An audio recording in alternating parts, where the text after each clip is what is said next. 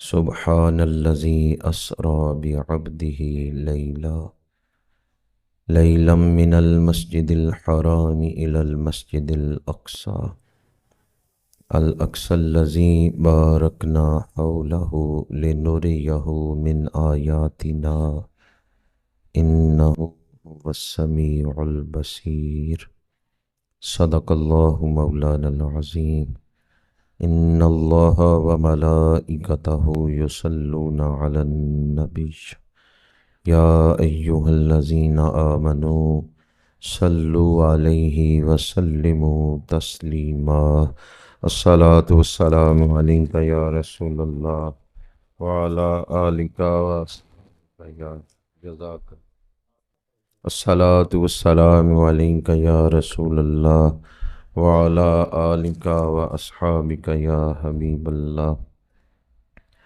کر اہتمام بھی ایمان کی روشنی کے لیے، کر اہتمام ایمان کی روشنی کے لیے، درود شرط ہے ذکر محمدی کے لیے. الصلاۃ والسلام علیک یا رسول اللہ وعلى آلك وأصحابك يا حبيب الله. الصلاة والسلام عليك يا خطيب الأنبياء والمرسلين وعلى آلك وأصحابك يا رحمة للعالمين.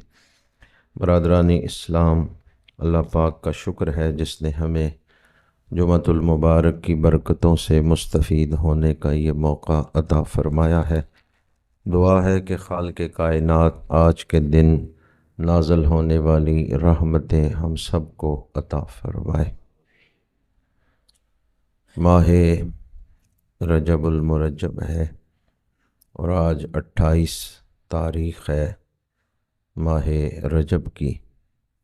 اس مہینے کا خصوصی شرف یہ ہے کہ سید العالمین خاتم النبیین صلی اللہ علیہ وآلہ وسلم کو اللہ پاک نے معجزہ معراج عطا فرمایا،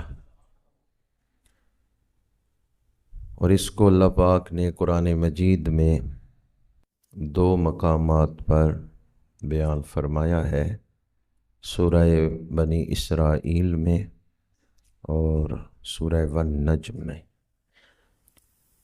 سورہ بنی اسرائیل 15ویں پارے کی سورہ مبارکہ ہے، اور اس کی پہلی آیت میں واقعہ معراج بیان کیا گیا ہے. مفسرین نے ایک بڑا ایمان افروز نکتہ یہ بیان فرمایا ہے کہ پہلی آیت میں حضور کی معراج بیان کی گئی ہے. اگر امت اس پوری صورت پر عمل کر لے تو یہ صورت امت کے لیے بھی معراج بن جائے گی. یعنی جن چیزوں کا حکم ہے کہ یہ اپنا لو اور جن سے رکنے کا حکم ہے، اگر امت انہیں چھوڑ دے. سورہ بنی اسرائیل کے آغاز میں تو حضور کی معراج اسی لیے بیان کی گئی کہ آپ کی معراج سے انسانیت کو معراج مل رہی ہے، اور ہمیں اتباع نبوی میں اپنی معراج تلاش کرنی ہے. ہماری معراج اتباع نبوی میں ہے. اس صورت کو سورۃ الاسراء بھی کہتے ہیں، یعنی سیر والی صورت، جو کہ پہلی آیت میں اسرا کا لفظ آیا ہے، اور اسے سورہ بنی اسرائیل بھی کہتے ہیں. سورہ بنی اسرائیل کیوں کہتے ہیں؟ اس لیے کہ دوسری آیت میں حضرت موسیٰ علیہ السلام کا ذکر ہے، اور پھر بنی اسرائیل ان کا ذکر ہے کہ انہوں نے کون سی ایسی چیزیں اپنائیں جن سے ان کو ملی ہوئی فضیلتیں جو اللہ نے ان کو عطا کی تھیں وہ ان سے واپس لے لی گئیں، سلب ہو گئیں. بنی اسرائیل کا ذکر قرآن پاک میں جا بجا ملتا ہے،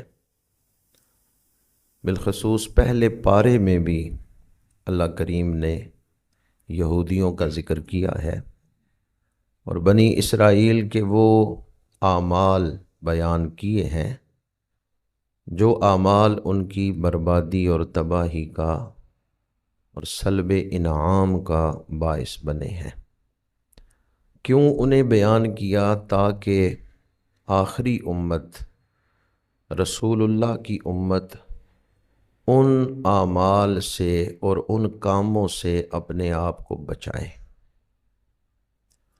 تو گویا سورہ بنی اسرائیل، جسے سورۃ الاسراء بھی کہتے ہیں، اس کے حوالے سے آج بطور پیغام آپ کی خدمت میں یہ بات عرض کر رہا ہوں کہ 15ویں پارے کی پہلی آیت میں حضور کی معراج کا ذکر کر کے پھر آگے اللہ نے وہ چیزیں بیان کی ہیں کہ اگر ہم انہیں اختیار کریں گے جن سے اللہ کا قرب ملتا ہے تو اللہ ہمیں بھی معراج عطا فرما دے گا، دنیا اور آخرت میں لازوال سکون اور کامیابی عطا فرما دے گا۔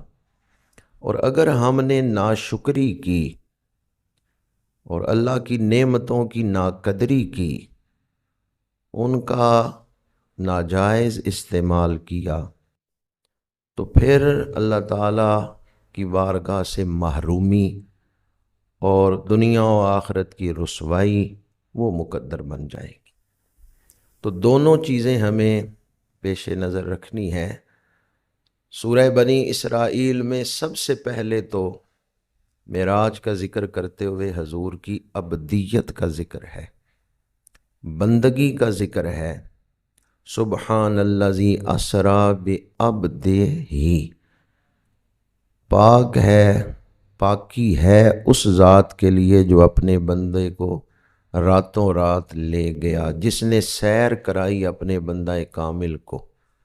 تو یہ جو ابدیت ہے، بندگی، اسے ہم نے اپنے اندر پیدا کرنا ہے۔ اللہ نے ہمیں بندہ بنایا ہے اور ہم نے بندہ بن کے ہی زندگی گزارنی ہے۔ ابدیت جو ہے یہ بہت بڑا شرف ہے، بہت بڑا اعزاز ہے۔ اللہ تعالیٰ نے ہمیں انسان بنایا ہے اور خدا چاہتا ہے کہ ہم انسان بن کے ہی زندگی بسر کریں۔ اس لیے اس نے چند حدود بیان کر دی ہیں۔ اگر ہم ان حدوں کے اندر رہیں گے تو کمال انسانیت کے ساتھ زندگی گزاریں گے، اور اگر اللہ کی قائم کی ہوئی حدیں ہم توڑیں گے تو پھر انسانیت سے چھلانگ لگا کے حیوانیت میں داخل ہو جائیں گے۔ اب اللہ کریم نے سورہ بنی اسرائیل کی پہلی آیت میں حضور کی شان ابدیت، اس کو بیان فرمایا، اور ابدیت میں بندگی میں عاجزی ہے۔ اور اسی صورت میں آگے چل کے اللہ پاک نے فرمایا کہ اکڑ کے نہ چلو، تم نہ زمین کو پھاڑ سکتے ہو اور نہ لمبے ہو کہ پہاڑوں کی چوٹی تک پہنچ سکتے ہو، یعنی اتنا قد لمبا بھی نہیں کر سکتے کہ تمہارا سر پہاڑ سے اونچا ہو جائے، اور نہ تم اکڑ کے چلو تو زمین کو پھاڑ سکتے ہو۔ یہ بھی سورہ بنی اسرائیل میں ہی بیان کیا ہے۔ تکبر سے روکا ہے، غرور سے روکا ہے۔ اکڑ کے چلنا اللہ کی بارگاہ میں پسندیدہ نہیں ہے۔ ہمارے آقا کریم صلی اللہ علیہ وآلہ وسلم نے جب مکہ فتح فرمایا ہے،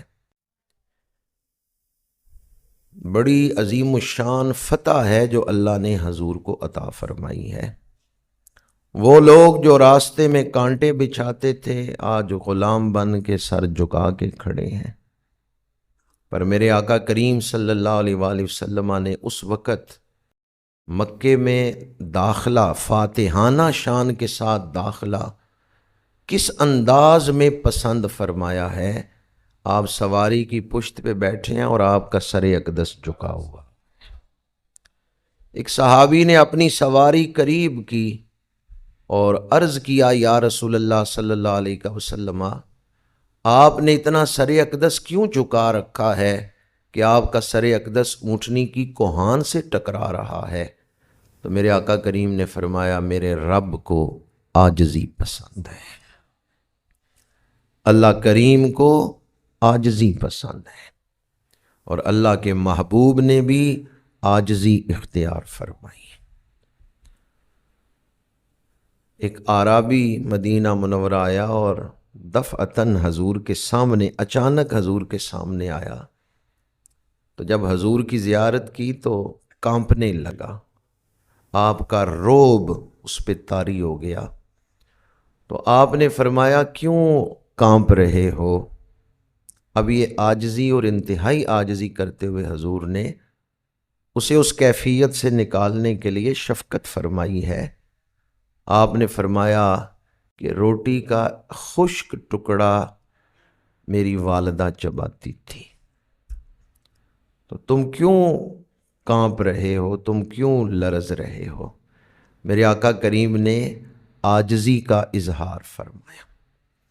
تو اللہ تعالیٰ نے، یہ حدیث پاک ہے، میرے آقا کریم نے فرمایا، من تواضع للہ رفعہ اللہ، جو اللہ کے لیے عاجزی اختیار کرتا ہے اللہ اسے بلندیاں عطا فرماتا ہے۔ حضرت جبریل امین حضور کی بارگاہ میں حاضر ہیں۔ حضرت ابو ذر غفاری آپ کی محفل کی طرف آ رہے ہیں، تو جبریل عرض کرتے ہیں، یا رسول اللہ ھذا ابو ذر قد اقبل، یا رسول اللہ دیکھیں ابو ذر آئے ہیں۔ تو میرے آقا کریم نے فرمایا کہ اے جبریل، کیا تو اس آنے والے صحابی کا نام جانتا ہے کہ اس کا نام ابو ذر ہے؟ جبریل عرض کرتے ہیں، ھذا اشہر عندنا من عندکم، ابو ذر زمین میں اتنے مشہور نہیں جتنے آسمانوں میں مشہور ہیں۔ اس سے پتہ چلتا ہے بعض کام ایسے ہیں بندہ وہ کام کرے تو دنیا میں مشہور ہو جاتا ہے، اور بعض کام ایسے ہیں بندہ وہ کام کرے تو آسمانوں میں مشہور ہو جاتا ہے۔ جبریل نے عرض کیا، یا رسول اللہ صلی اللہ علیہ وسلم، ابو ذر آسمانوں میں بڑے مشہور ہیں۔ میرے آقا کریم نے فرمایا، بے ماں، کس وجہ سے؟ جبریل عرض کرتے ہیں، ایک تو یہ سورت اخلاص کثرت سے پڑھتے ہیں، کثرت قرأت قل ھو اللہ احد، ایک تو یہ سبب ہے کہ یہ سورہ اخلاص کثرت سے پڑھتے ہیں، اور دوسری وجہ لصغرہ فی نفسہ، یہ اپنے دل میں اپنے آپ کو چھوٹا سمجھتے ہیں، بڑا نہیں سمجھتے، ان کے دل میں عاجزی ہے، تکبر نہیں۔ بعض اوقات ایسا ہوتا ہے کہ دوسرے لوگ انسان کو چھوٹا سمجھتے ہیں، معمولی سمجھتے ہیں، پر وہ اپنے دل میں اپنے آپ کو بڑا سمجھ رہا ہوتا ہے۔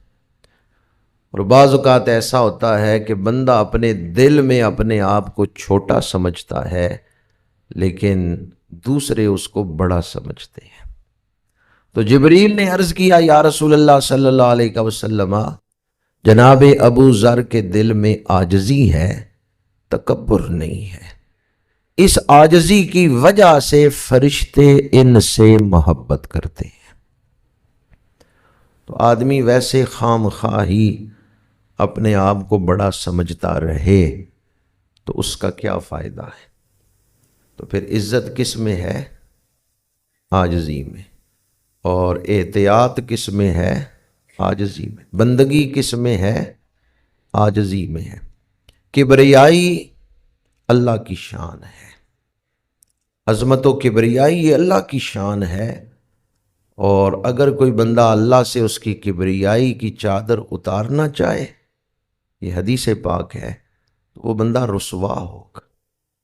اللہ کی بارگاہ میں ہمیشہ عاجزی ہی پیش کرنی چاہیے، اور اپنا طرز زیست، زندگی گزارنے کا ڈھنگ، وہ بھی ایسا میانہ روی کا رکھنا چاہیے جس میں عزت نفس بھی قائم رہے اور عاجزی و تواضع کا اظہار بھی ہوتا رہے۔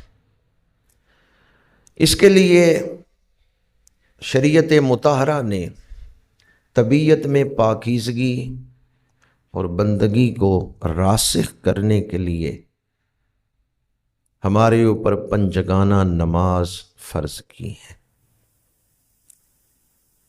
میرے آقا کریم خود اپنی شان کے مطابق معراج پا کے آئے ہیں اور امت کے لیے معراج لے کے آئے ہیں۔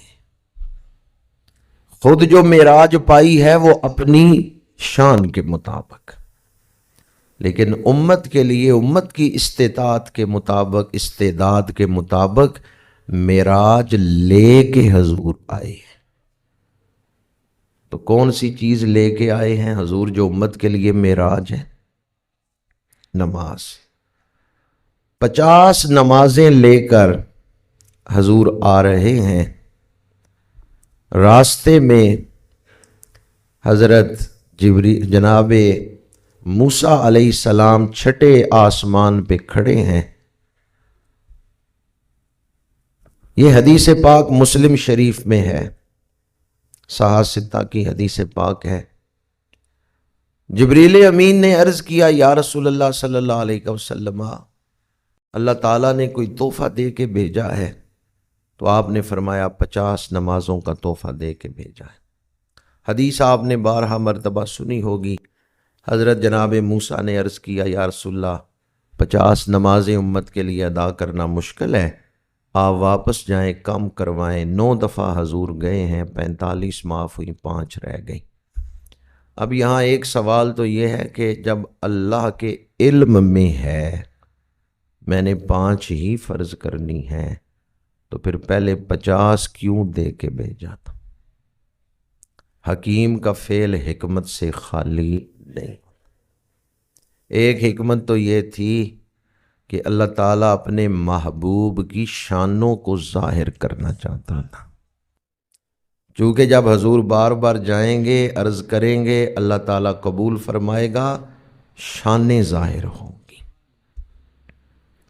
مثلا ایک شان تو یہ ظاہر ہوئی کہ حضور عرض کریں تو اللہ اپنا فیصلہ تبدیل فرما دیتا۔ یہ بات ظاہر ہو رہی ہے، 50 کا 5 میں تبدیل ہونا، اس سے حضور کی یہ شان ظاہر نہیں ہو رہی کہ حضور عرض کریں تو اللہ تعالیٰ اپنا فیصلہ قضاء کو بدل دیتا ہے، تقدیر کو بدل دیتا ہے، اپنا فیصلہ بدل دیتا ہے۔ تقدیر معلق اور تقدیر مشابہ مبرم وہ بدل جاتی ہے۔ اولیاء کی دعا سے تقدیر مشابہ مبرم یا تقدیر معلق جو ہے وہ بدل جاتی ہے، چہ جائے کہ انبیاء کی شان۔ 50 5 رہ گئیں، اس کا مطلب یہ ہے حضور کی ایک یہ شان اللہ نے ظاہر فرمائی ہے کہ میرا محبوب میری بارگاہ میں عرض کرے تو میں اپنا فیصلہ تبدیل کر دوں۔ فیصلہ اللہ کا ہی چل رہا ہے اور اللہ نے ہی فیصلہ فرمایا ہے، لیکن تقدیر معلق یا مشابہ مبرم اس میں تبدیلی ہو سکتی ہے۔ دوسری بات، آپ کسی کے گھر جائیں دعوت پہ، دعوت کا وقت مکمل ہو گیا، آپ اجازت لے کے آ گئے، تھوڑا سا فاصلہ اس گھر سے نکل کے گلی میں آپ چلے ہیں، پھر کوئی بات یاد آ گئی، واپس جس گھر میں دعوت تھی آپ وہاں گئے، دستک دی، گھر والا پوچھے گا خیریت ہے آپ واپس آئے ہیں؟ تو آپ کہیں گے بھی فلاں چیز ہے یا فلاں بات ہے اس لیے میں آیا ہوں۔ بات ہوگی، اجازت لی، واپس آ گئے۔ 10 منٹ بعد پھر آپ واپس چلے گئے، پھر دروازے پہ دستک دی، گھر والا کہے گا خیریت ہے؟ ابھی تو آپ ہو کے گئے، آپ کے نہیں فلاں کام ہے اس لیے آیا ہوں۔ چلے 1 دفعہ 2 دفعہ گھر والا خندہ پیشانی سے آپ کو دیکھے گا، لیکن اگر آپ پیر پری 3 دفعہ 4 دفعہ 5ویں دفعہ کسی کے گھر جائیں گے؟ کسی کے گھر آپ بار بار اس طرح، اور اپنے گھر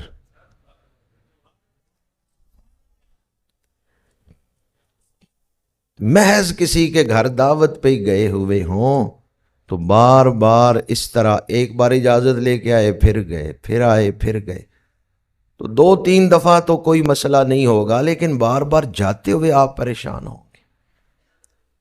9 دفعہ حضور گئے۔ اللہ کریم نے محبوب کی شانوں کو ظاہر فرمایا ہے کہ میرے دربار میں محبوب کی حاضری پر کوئی رکاوٹ نہیں ہے، محبوب جب چاہیں یہاں تشریف لا سکتے۔ وہ ایک ثنا خان نے لکھا تھا، تو چاہے تو ہر شب ہو مثال شب اسرا، 2 4 قدم تیرے لیے عرش بری، 2 4 قدم تیرے لیے عرش بری۔ اس بارگاہ میں حضور کی جو محبوبیت ہے اسے ظاہر کیا جا رہا ہے۔ اللہ تعالیٰ جانتا تھا کہ 45 معاف کرنی ہے اور 5 رہنی ہے، تو اللہ تعالیٰ نے جب پہلی دفعہ حضور گئے کہ یا اللہ زیادہ ہیں کم کر دی جائیں، تو اس وقت ہی اللہ تعالیٰ 45 معاف کر دیتا۔ یہ 5 5 کر کے کیوں معاف کی ہیں؟ اور راستے میں کس کو کھڑا کیا جو مشورہ دے رہے ہیں؟ حضرت موسیٰ علیہ السلام نے دعا مانگی تھی کہ پروردگار مجھے اپنا دیدار کروا، رب آرینی انظر الیک، تو بار بار آپ نے شوق میں یہ دعا مانگی۔ 9 دفعہ آپ نے یہ دعا مانگی تھی، اور اللہ تعالیٰ نے فرمایا آپ میرا دیدار نہیں کر سکتے۔ کسی اور نبی کو بھی راستے میں یہ مشورہ دینے کے لیے کھڑا کیا جا سکتا تھا، پر چونکہ حضرت موسیٰ دیدار کی دعا کر چکے تھے اور اس کے لیے تڑپ چکے تھے، تو اللہ نے فرمایا چلو میرا دیدار تو نہیں کر سکتے، ان آنکھوں کو دیکھ لیں جو مجھے دیکھ کے آ رہی۔ جنہ اکھیاں دل بر ڈٹھا او اکھیاں تک لئی، تو ملیوں تے دل بر ملیا ہن آسان لگ پئیاں۔ عارف کھڑی نے فرمایا ہے جنہ اکھیاں دل بر ڈٹھا او اکھیاں تک لئی۔ تو چونکہ 9 دفعہ آپ نے یہ دعا فرمائی تھی، مفسرین کہتے ہیں 9 دفعہ حضور رب کا دیدار کر کے آئے ہیں، اور ہر دفعہ حضرت موسیٰ علیہ السلام راستے میں کھڑے ہیں، وہ حضور کی آنکھوں کا دیدار کر رہے ہیں، حضور پھر جا رہے ہیں پھر واپس آ رہے ہیں، ادھر حضرت موسیٰ کی وہ دعا بھی پوری ہو رہی ہے۔ حدیث پاک ہے، میرے آقا کریم نے فرمایا من رآنی فقد رآل حق، جس نے مجھے دیکھا اس نے حق کا دیدار کر لیا۔ دیکھنے والے تو کہا کرتے ہیں اللہ اللہ، یاد آتا ہے خدا دیکھ کے صورت تیری۔ حضرت موسیٰ علیہ السلام نے صفاتی تجلی کا عکس دیکھا تھا، تو ایک تو آپ کی نظر میں بہت اضافہ ہو گیا اس صفاتی تجلی کا عکس دیکھنے کی وجہ سے، اور دوسرا حضرت موسیٰ جب واپس آئے کوہ طور سے تو چہرہ ڈھانپا ہوا تھا، تو آپ کی اہلیہ نے، یہ بعض بزرگوں نے یہ فرمایا ہے کہ آپ کی اہلیہ نے پوچھا کہ کیوں آپ نے چہرے پہ کپڑا نقاب ڈال رکھا ہے؟ فرمایا میں کوہ طور سے آ رہا ہوں، صفاتی تجلی کا عکس دے کے آ رہا ہوں، ابھی ان انوارات کا زور ہے میرے چہرے پر، اگر تو دیکھے گی تو تیری آنکھوں کا نور جانے کا خطرہ ہے، تو برداشت نہیں کر سکے گی۔ تو آپ کی زوجہ نے کہا کہ چلے میں ایک آنکھ بچا لیتی ہوں، ایک آنکھ سے دیکھ لیتی ہوں۔ آپ پردہ تو ہٹائیں، آپ نے پردہ ہٹایا، یوں انوارات کا عکس پڑا ہے کہ ایک آنکھ کا نور چلا گیا ہے۔ لیکن انہوں نے، وہ بھی اللہ کا شوق، قرب کا شوق رکھتی تھیں، فوراً دوسری آنکھ سے بھی ہاتھ ہٹا دیا، چونکہ ان جلووں کی تاثیر ہی ایسی تھی، ان کی لگن ہی ایسی تھی، کشش ہی ایسی تھی، دونوں آنکھوں کا نور چلا گیا۔ حضرت موسیٰ علیہ السلام نے رب کی بارگاہ میں دعا مانگی اور اللہ تعالیٰ نے آپ کی زوجہ کو دوبارہ نظر عطا فرما دی۔ لیکن میرے آقا کریم جب ذات کا دیدار کر کے تشریف لا رہے ہیں، آپ نے اپنے چہرے پہ نقاب نہیں ڈالا، آپ نے اس انداز میں ان کیفیات کو، ان انوارات کو، ان تاثیرات کو اپنی ذات میں جذب کر لیا۔ میرے آقا کریم کی جو عظمت ہے، جو شان ہے، وہ ہمارے علم سے وراء الورا ہے۔ اس انداز میں حضور نے ان انوارات اور تاثیرات کو اپنی ذات میں جذب فرما لیا ہے۔ تو نماز کے حوالے سے میں یہ بات عرض کر رہا تھا کہ حضور خود معراج پا کے آئے اور امت کے لیے معراج لے کے آئے۔ 50 نمازیں دے کے اللہ نے بھیجا، 9 دفعہ حضور واپس گئے، 45 معاف ہو گئیں، 5 رہ گئیں۔ حضرت موسیٰ علیہ السلام نے عرض کیا یہ 5 بھی زیادہ ہیں، تو ایک دفعہ اور جائیں تاکہ 2 3 کچھ مزید کم ہو جائیں۔ ان پر 2 نمازیں تھیں اور وہ 2 نمازیں بھی صحیح طرح ادا نہیں کر سکے، اس لیے حضرت موسیٰ علیہ السلام نے مشورہ دیا۔ تو میرے آقا کریم نے فرمایا کہ 9 دفعہ میں رب کی بارگاہ میں حاضر ہوا ہوں اور 9 دفعہ میرے رب نے میری عرض کو پذیرائی بخشی ہے، قبولیت بخشی ہے۔ اب مجھے جاتے ہوئے حیا آتی ہے کہ میری امت 5 بھی نہیں ادا کر سکے گی۔ تو اب ہمیں یہاں سوچنا چاہیے، یہاں ایک یہ بھی حضور کی شان ظاہر ہوتی ہے۔ کیا خیال ہے اگر حضور 10ویں دفعہ جاتے، کوئی 2 3 تو معاف ہو جانی تھی، لیکن حضور کہاں ٹھہرے؟ 5 پر۔ تو اس سے یہ بھی پتہ چلتا ہے کہ اللہ پاک نے حضور کو کیا تشریعی اختیارات عطا فرمائے۔ میرے آقا کریم نے فرمایا میری امت 5 بھی نہیں پڑھ سکے گی۔ اب ہمیں حضور نے امت پر جو اعتماد فرمایا ہے یا امت کے لیے جس چیز کو پسند فرمایا ہے، ہمیں حضور کی اس پسند کا خیال رکھنا چاہیے۔ اپنی مرضی سے 2 3 نہیں پڑھنی چاہیے، بلکہ میں اکثر یہ کہتا ہوں کہ یہ جو لفظ ہم بولتے ہیں نا موڈ، کہ آج میرا موڈ نہیں ہے، یہ مومن نہیں بول سکتا، کیونکہ مومن تو وہی ہے جو اپنے والدین سے، اولاد سے اور ہر شے سے بڑھ کے اللہ کے رسول سے محبت کرتا ہے۔ نماز معراج کا تحفہ، باقی چیزیں جو فرائض ہیں وہ زمین پہ فرض ہوئے، جبریل حکم لے کے آتے رہے، لیکن نماز دینے کے لیے اللہ نے پہلے محبوب کو اپنا دیدار کروایا ہے، آسمانوں پہ بلایا ہے اور پھر نماز کا تحفہ دے کے بھیجا ہے۔ شریعت مطہرہ میں 5 نمازیں فرض ہیں، ان کا فرضیت کا انکار کرنے والا آدمی کافر ہے، اور فرض مان کر جو ادا نہ کرے وہ گناہ گار ہے۔ جو مانتا ہے کہ 5 نمازیں فرض ہیں لیکن ادا نہیں کرتا، وہ فاسق ہے، وہ فاجر ہے، اور جو انہیں فرض نہ مانے وہ کافر ہے۔ انہیں فرض مان کر ادا نہ کرنا یہ گناہ گاری ہے، اور بعض مفسرین نے لکھا ہے کہ جو 5 نمازیں ادا نہیں کرتا وہ عملاً کافروں کے ساتھ مشابہت اختیار کرتا ہے۔ حکماً کافر تو نہیں ہوگا لیکن مشابہت اختیار کرتا ہے کہ وہ بھی نماز نہیں پڑھتے اور یہ بھی نماز نہیں پڑھتا۔ اس لیے مشابہت ان کے ساتھ ہوتی ہے کہ بندہ عمل میں ان کے ساتھ مشابہ ہو گیا ہے۔ اب کون سی چیز ہے جو ہمیں نماز سے روکتی ہے؟ ہماری دنیاوی مصروفیات، ہماری ترجیحات، یا ہمارے دل کا بگڑا ہوا ہونا۔ ہمارے بابا جی صاحب حضرت خواجہ محمد خان عالم رحمۃ اللہ تعالی علیہ نماز سے فارغ ہوئے مسجد میں تو اپنے سارے سنگیوں کی طرف، درویشوں کی طرف نگاہ فرمائی تو ایک غلام نہیں نظر آیا، ایک خادم نہیں نظر آیا۔ پوچھا فلاں شخص کدھر ہے؟ عرض کیا گیا کہ لنگر خانے کی بھینس نہیں مل رہی تو وہ اس کے ساتھ مصروف ہے، بھینس کا دودھ دھونے میں مصروف ہے۔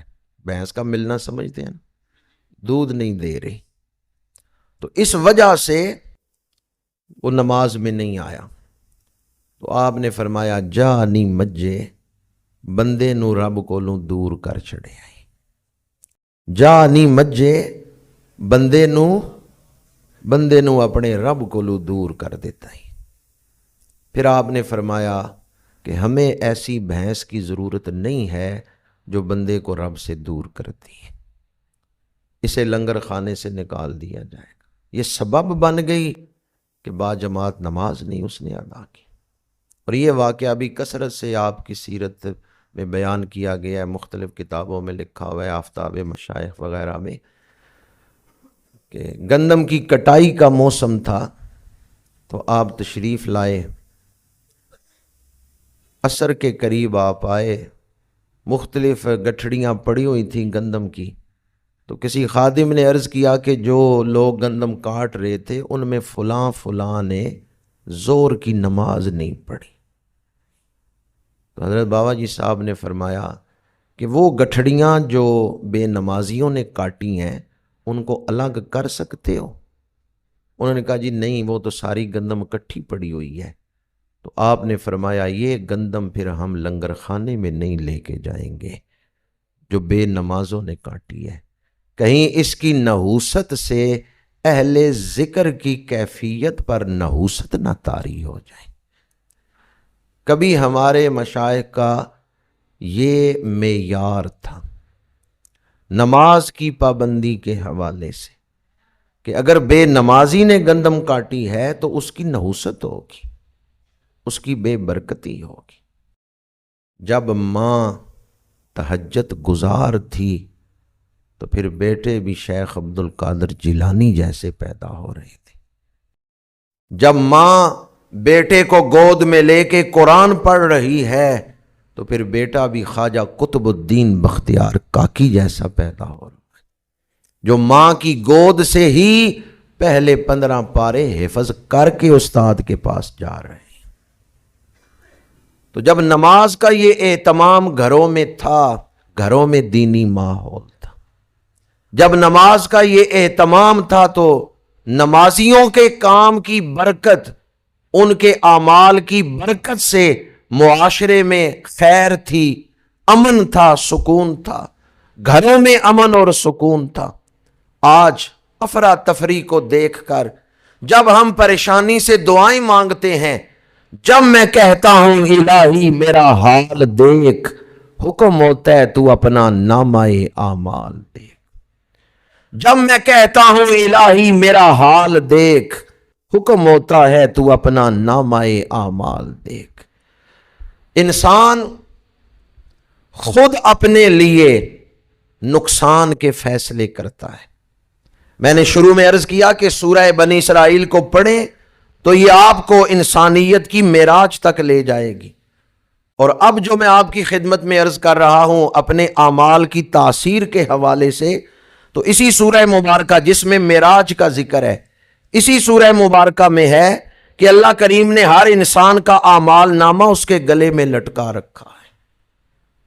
ہر انسان جو عمل کر رہا ہے اللہ پاک نے اس کے گلے میں اس کے اعمال نامے کو لٹکا رکھا ہے، اور قیامت کے دن اللہ تعالیٰ فرمائے گا کہ یہ ہے تمہارا اعمال نامہ، تم خود پڑھ لو، آج اپنے حساب کے لیے تم خود ہی کافی ہو۔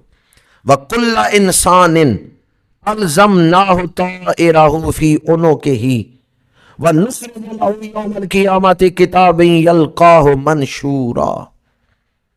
ہمیں نظر نہیں آ رہا، پر ہر انسان کے گلے میں اس کا اعمال نامہ لٹکا ہوا ہے کہ وہ کیا عمل کر رہا ہے۔ اب یہ قرآن نے گلے کا ذکر کیوں کیا ہے؟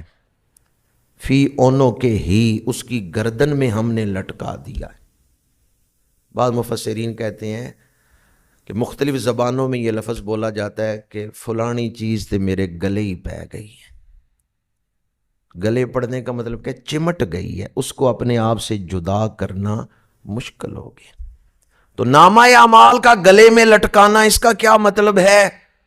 کہ انسان اپنے اعمال میں رہن رکھ دیا گیا ہے، جیسے عمل کرے گا ویسے ہی اثرات اس پہ طاری۔ جو اللہ کی یاد کرے گا اخلاص کے ساتھ، اللہ اس کے دل میں سکون کا دروازہ کھول دے گا، نور کا دروازہ کھول دے گا، قرب کا دروازہ کھول دے گا۔ اور جو اللہ کی یاد سے غافل ہوگا، اس نے خود اپنے لیے اندھیرے کو پسند کیا ہے، بے سکونی کو پسند کیا ہے۔ آپ بے شک تجربہ کر لیں، دل پریشان ہے، وضو کریں، وضو کر کے 2 نفل پڑھیں۔ وضو کرنے اور 2 نفل پڑھنے سے پہلے جو حالت تھی، وضو کر کے نفل پڑھنے کے بعد آپ اپنے اندر ایک سکون محسوس کریں گے، ایک نورانیت محسوس کریں گے۔ تو قرآن پاک نے فرمایا کہ ہر انسان، اسی سورہ بنی اسرائیل میں اور 2 ٹوک انداز میں ایک اصول بھی بیان فرمایا ہے، ان احسنتم احسنتم لانفسکم وان اسأتم فلہا۔ اگر تم نیکی کرو گے تو تمہیں فائدہ ہے، اللہ کو کوئی فائدہ نہیں۔ اگر تم برائی کرو گے تو خود تمہارا نقصان ہے، اللہ کا کوئی نقصان۔ یہ بھی اسی صورت میں بیان ہوا ہے جس میں معراج کا ذکر ہے۔ فرمایا ان احسنتم احسنتم لانفسکم وان اسأتم فلہا۔ نیکی کرو گے خود اپنا فائدہ ہے، گناہ کرو گے خود اپنا نقصان ہے۔ یہ کیسے ممکن ہے کہ انسان اپنے نقصان کا فیصلہ خود کرتا ہے؟ یہ اس وقت ممکن ہوتا ہے جب انسان آخرت کے لیے مخلص نہیں ہوتا۔ وہ آخرت کو مانتا ہے لیکن آخرت اس کی ترجیح نہیں ہوتی۔ جب آخرت اس کی ترجیح نہیں ہے تو پھر وہ انسان خواہشات میں یا بگڑے ہوئے نفس کی وجہ سے وقتی لذت حاصل کرنے کے لیے گناہوں میں پڑ جاتا ہے۔ اب ذرا اسی سورہ مبارکہ سورہ بنی اسرائیل کی آیت نمبر 19 پڑھ کے دیکھیں، جس میں اس روحانی نفسیاتی بیماری کا بھی علاج قرآن نے بیان کی ہے۔ وَمَنْ أَرَادَ الْآخِرَةَ وَسَعَى لَهَا سَعْيَهَا وَهُوَ مُؤْمِنٌ فَأُولَئِكَ كَانَ سَعْيُهُمْ مَشْكُورًا۔ اور جو آخرت کا پکا ارادہ کر لے، وَمَنْ أَرَادَ الْآخِرَةَ، اور جس نے آخرت کا ارادہ کر لیا، کیا کر لیا؟ آخرت کا۔ عربی زبان بڑی فصاحت والی زبان ہے، اس میں ایک لفظ ہم بھی بولا جاتا ہے۔ ہم میں پکا ارادہ نہیں ہوتا، 2 آنکھوں والی، وَلَقَدْ ہَمَّتْ بِهِ وَهَمَّ بِهَا لَوْلَا أَن رَأَىٰ بُرْهَانَ رَبِّهِ۔ یہ ہم کا لفظ بھی قرآن میں آیا ہے، اس میں 50-60% ارادہ ہوتا ہے کام کا، 100% نہیں ہوتا۔ وَمَنْ أَرَادَ الْآخِرَةَ 100% ارادہ ہے، دنیا ملے نہ ملے میں نے آخرت کمانی۔ تو جب کوئی ترجیح دے گا آخرت کو، 100% ارادہ کرے گا آخرت کا، ایک ہے ایسے لہر سی گزر جانا کہ ٹھیک ہے آخرت بھی مل جائے، اچھی چیز ہے، نہ ملے آخرت کوئی پریشانی نہیں۔ اب جس کو آخرت نہ ملنے پر، آخرت میں کامیابی نہیں ملی، نقصان ہو گیا، کوئی پریشانی نہیں، تو اس شخص کا ایمان کامل نہیں۔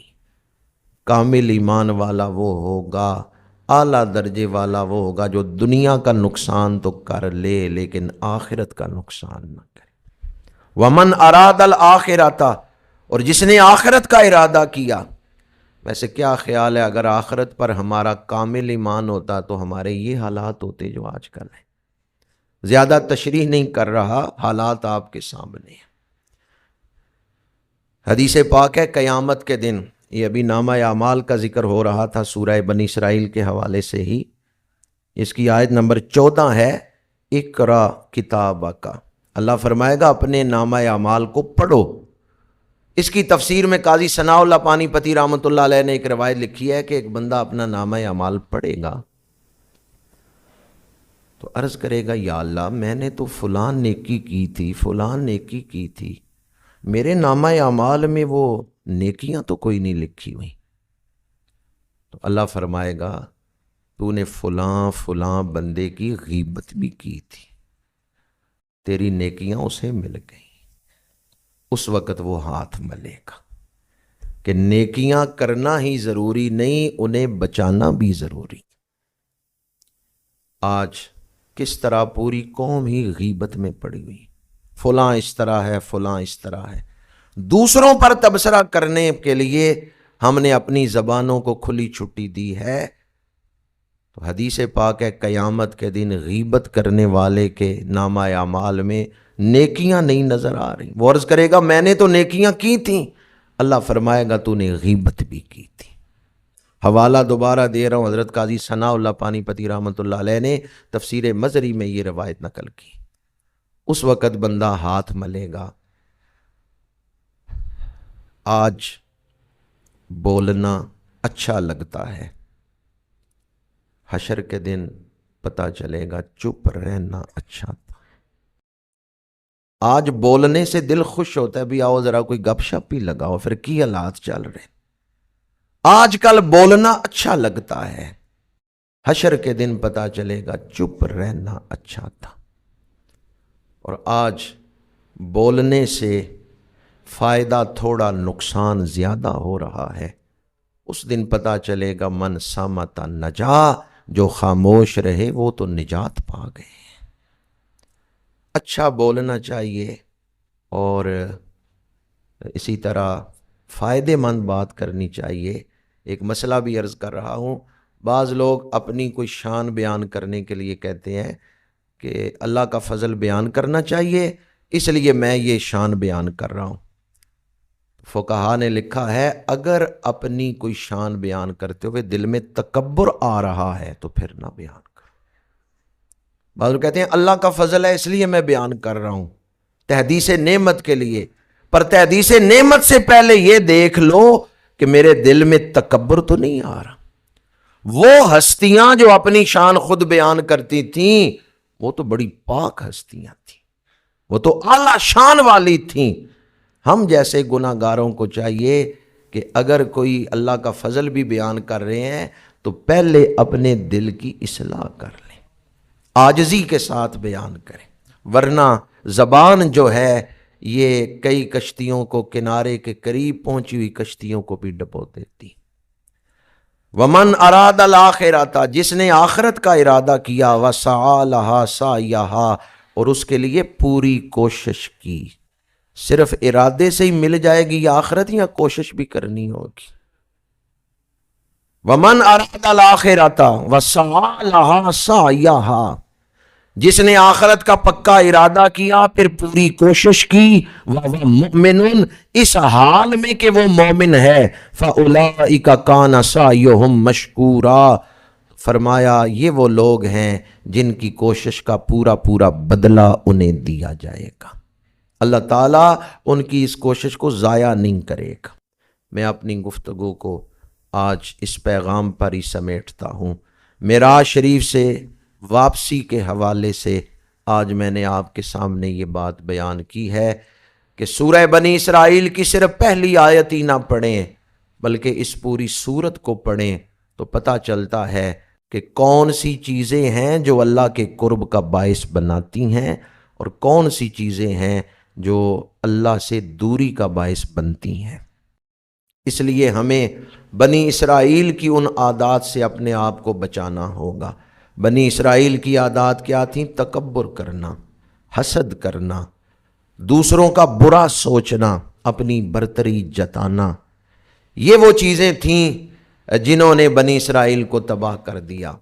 ہمارے ملک میں الیکشن ہو گئے، میں آپ کی خدمت میں اتنا ہی عرض کروں گا کہ اب آپ ایک قوم بن کے رہنا چاہیے، اس کو اپنی ذاتی دشمنی میں نہ بدلیں، اس کو گھریلو دشمنیوں میں نہ بدلیں۔ رائے کا اختلاف ہے، کوئی کسی پارٹی کو پسند کر رہا ہے، کوئی کسی پارٹی کو پسند کر رہا ہے، لیکن اپنی پسندیدہ پارٹی کو پورا پاکستان نہ سمجھ لیں۔ آپ کی پارٹی پاکستان کی ایک پارٹی ہے، تو آپ پاکستان کو بہرحال پیش نظر رکھیں۔ گھروں میں ہم نے دیکھا ہے کئی بہویں میکے بھیج دی جاتی ہیں کہ تیرے پیکیاں نے سانو ووٹ نہیں دیتا، تو بچیوں کا کیا قصور ہے؟ اس لیے اختلاف رائے کو اختلاف رائے تک رہنے دیں۔ الیکشن گزر گئے ہیں، ہمیں ایک قوم بن کے بہرحال رہنا چاہیے، دوسرے کی رائے کا احترام کرتے ہوئے، اختلاف کی گنجائش رکھتے ہوئے کوئی ایسا قدم نہیں اٹھانا چاہیے جس سے ہماری جو قومیت ہے، مسلم قومیت، اس پہ حرف آتا۔ اللہ تعالیٰ تکبر سے اور ہر ایسی چیز سے جو اس ملک کے لیے اور ہمارے ایمان کے لیے نقصان دہ ہے، اللہ تعالیٰ اس سے محفوظ رہنے کی توفیق عطا فرمائے۔